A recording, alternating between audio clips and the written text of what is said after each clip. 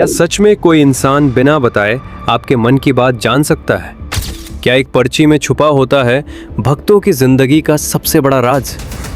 क्या बागेश्वर धाम में होने वाला दिव्य दरबार सच में चमत्कार है, या इसके पीछे कोई ऐसा रहस्य छुपा है जिसे बहुत कम लोग समझ पाए हैं? क्यों लाखों लोग इसे भगवान की कृपा मानते हैं और कुछ लोग इसे सवालों के घेरे में रखते हैं? और सबसे बड़ा सवाल, क्या सच में यहाँ आने के बाद लोगों की जिंदगी बदल जाती है? दोस्तों, पिछले कुछ सालों में एक नाम पूरे भारत में आस्था, चमत्कार और विवाद का केंद्र बन चुका है, बागेश्वर धाम सरकार। सोशल मीडिया से लेकर न्यूज़ चैनलों तक हर जगह इसी नाम की चर्चा होती है। कुछ लोग कहते हैं कि यहाँ बिना कुछ बताए ही लोगों की समस्याएं बता दी जाती हैं, उनके मन की बातें जान ली जाती हैं और उनकी जिंदगी की मुश्किलों का समाधान भी मिल जाता है। लेकिन क्या ये सच में दिव्य शक्ति है, या इसके पीछे कोई ऐसा रहस्य है जिसे लोग चमत्कार समझ लेते हैं? आज की इस वीडियो में हम बागेश्वर धाम के हर पहलू को डिटेल में समझेंगे।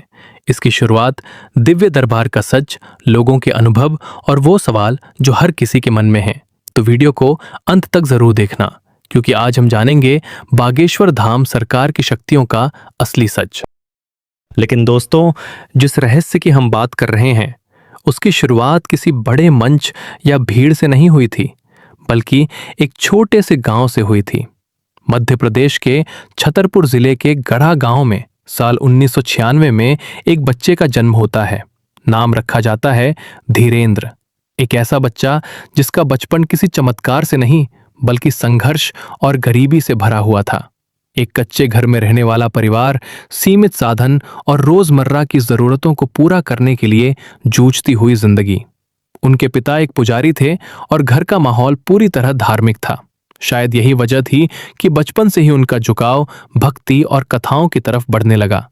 कहा जाता है कि छोटी उम्र में ही वे गांव के लोगों को रामायण और पुराणों की कहानियां सुनाया करते थे और धीरे धीरे यही उनकी पहचान बनने लगी।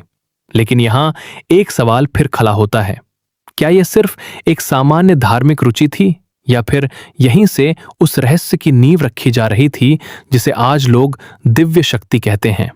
जैसे जैसे समय बीता, उनका जुड़ाव और गहरा होता गया और फिर उनके जीवन में एक बड़ा मोड़ तब आया जब उन्हें अपने दादा गुरु से मार्गदर्शन मिला, जो पहले से ही बागेश्वर धाम से जुड़े हुए थे।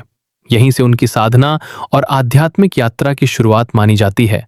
लेकिन उस समय तक सब कुछ सामान्य ही था, न कोई चमत्कार, न कोई दिव्य दरबार। फिर आखिर ऐसा क्या हुआ कि एक साधारण गांव का लड़का लाखों लोगों की आस्था का केंद्र बन गया? क्या यह सिर्फ भक्ति और मेहनत का परिणाम था, या फिर यहां से शुरू हुई किसी ऐसी शक्ति की कहानी जिसे आज तक पूरी तरह समझा नहीं जा सका? यही वो सवाल है जो इस रहस्य को और भी गहरा बना देता है। समय के साथ उनकी कथाएं, उनका प्रभाव और लोगों का विश्वास इतना बढ़ने लगा कि बागेश्वर धाम में आने वालों की संख्या दिन ब दिन बढ़ती चली गई। पहले जहां कुछ स्थानीय लोग ही दर्शन और कथा सुनने आते थे, वहीं अब दूर दराज के शहरों और राज्यों से लोग यहां पहुंचने लगे।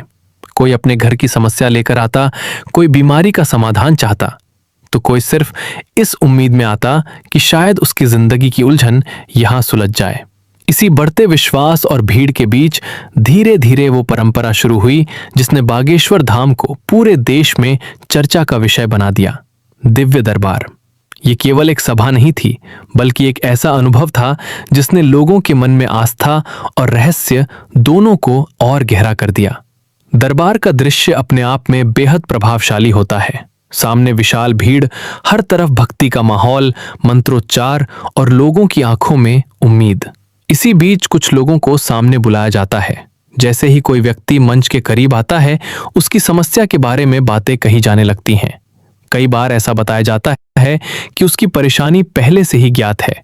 यही वो क्षण होता है जब पूरी भीड़ एकदम शांत होकर सुनने लगती है।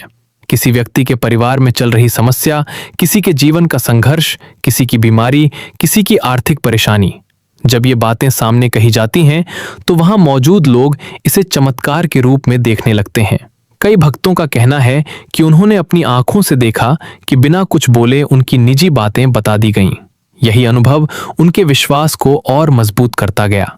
धीरे धीरे लोगों की व्यक्तिगत कहानियां इस दरबार का हिस्सा बनने लगीं। किसी ने कहा कि उसकी लंबे समय से चली आ रही समस्या का समाधान यहां मिला। किसी ने कहा कि घर में शांति आई, तो किसी ने इसे अपनी जिंदगी का टर्निंग पॉइंट बताया। जब ऐसी कहानियां एक से दूसरे व्यक्ति तक पहुंची तो बागेश्वर धाम का नाम और तेजी से फैलने लगा। इस पूरे माहौल की सबसे खास बात यह है कि यहां आने वाला हर व्यक्ति पहले से ही एक उम्मीद लेकर आता है।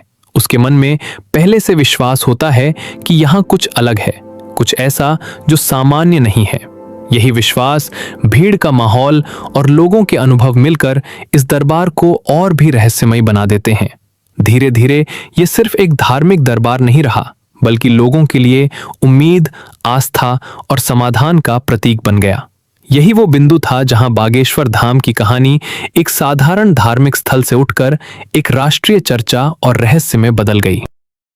समय के साथ ये दरबार सिर्फ लोगों की समस्याएं सुनने की जगह नहीं रहा, बल्कि यहां आने वाले हर व्यक्ति के साथ एक नई कहानी जुड़ने लगी। जो लोग पहले सिर्फ देखने आए थे, वे भी धीरे धीरे इस माहौल का हिस्सा बनते चले गए। किसी के चेहरे पर उम्मीद थी, किसी की आंखों में आंसू, तो किसी के मन में सिर्फ एक ही इच्छा, शायद आज उसकी जिंदगी बदल जाए। यहीं से इस कहानी का सबसे गहरा हिस्सा शुरू होता है। दरबार में आने वाले लोगों के अनुभव एक दूसरे से जुड़ते गए और धीरे धीरे ये सिर्फ एक व्यक्ति की कहानी नहीं रही, बल्कि हजारों लोगों की भावनाओं का हिस्सा बन गई। कोई अपने परिवार की समस्या लेकर आया और उसे लगा कि उसे सही दिशा मिल गई।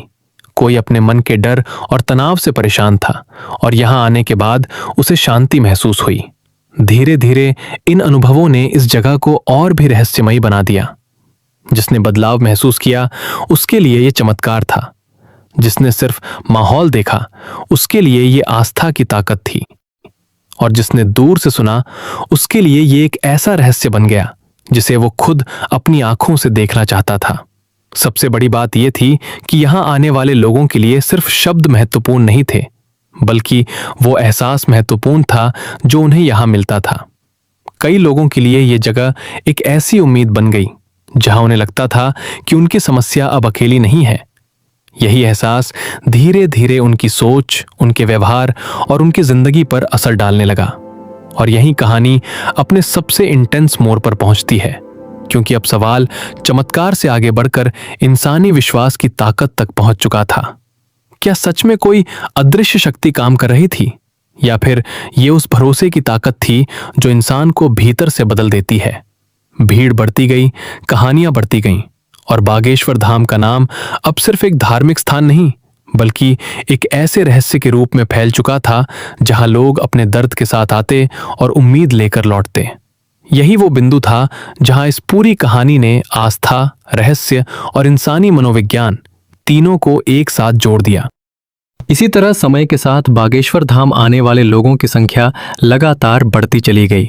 हर दिन दूर दूर से लोग अपनी परेशानियां, अपनी उम्मीदें और अपने विश्वास के साथ यहां पहुंचने लगे। कई लोगों के लिए यह सिर्फ एक धार्मिक स्थान नहीं रहा, बल्कि एक ऐसी जगह बन गया जहां उन्हें लगता था कि उनकी बात सच में सुनी जा रही है। जब कोई व्यक्ति अपने मन में पहले से ये विश्वास लेकर आता है कि यहां उसे समाधान मिलेगा, तो उसके भीतर एक अलग ही बदलाव शुरू हो जाता है। उसका डर थोड़ा कम होने लगता है, उसका आत्मविश्वास लौटने लगता है, और कई बार यही मानसिक शक्ति उसकी जिंदगी में बड़े बदलाव का कारण बन जाती है। कई भक्त इसे भगवान की कृपा और हनुमान जी की दिव्य शक्ति मानते हैं। उनका मानना है कि सच्ची श्रद्धा और विश्वास के साथ जब कोई व्यक्ति यहां आता है तो उसकी समस्या का रास्ता अपने आप खुलने लगता है। वहीं कई लोग इसे इंसान के मन की शक्ति से भी जोड़ते हैं। जब किसी व्यक्ति को यह भरोसा मिल जाता है कि अब उसकी परेशानी खत्म हो सकती है, तो वह खुद अपने फैसलों, अपने व्यवहार और अपनी सोच में बदलाव लाने लगता है। यही बदलाव धीरे धीरे उसकी जिंदगी को नई दिशा देता है, और वही उसके लिए चमत्कार बन जाता है। किसी के घर में शांति लौट आती है, किसी को मानसिक सुकून मिलता है, किसी को अपने जीवन में आगे बढ़ने का साहस मिलता है। कई बार चमत्कार किसी अदृश्य शक्ति से कम और इंसान के भीतर जागी हुई उम्मीद से ज्यादा जुड़ा होता है। जब मन मजबूत हो जाता है तो मुश्किल रास्ते भी आसान लगने लगते हैं। यही वजह है कि लाखों लोग अपने अनुभवों को चमत्कार के रूप में देखते हैं। बागेश्वर धाम की पूरी कहानी में सबसे बड़ी बात यही दिखाई देती है कि यहाँ आस्था, विश्वास और इंसानी मन की शक्ति तीनों एक साथ काम करते हैं। किसी के लिए ये पूरी तरह दिव्य अनुभव है, तो किसी के लिए ये मनोवैज्ञानिक और आध्यात्मिक प्रभाव का परिणाम। लेकिन एक बात हर कहानी में समान है, लोग यहाँ उम्मीद लेकर आते हैं और उनके मन में एक नई रोशनी लेकर वापस जाते हैं। शायद यही कारण है कि आज भी इस धाम का नाम सुनते ही लोगों के मन में आस्था और रहस्य दोनों एक साथ जाग उठते हैं। कोई इसे भगवान का चमत्कार मानता है, कोई इसे विश्वास की शक्ति। लेकिन जिसने भी इसे महसूस किया उसके लिए ये अनुभव हमेशा खास बन जाता है।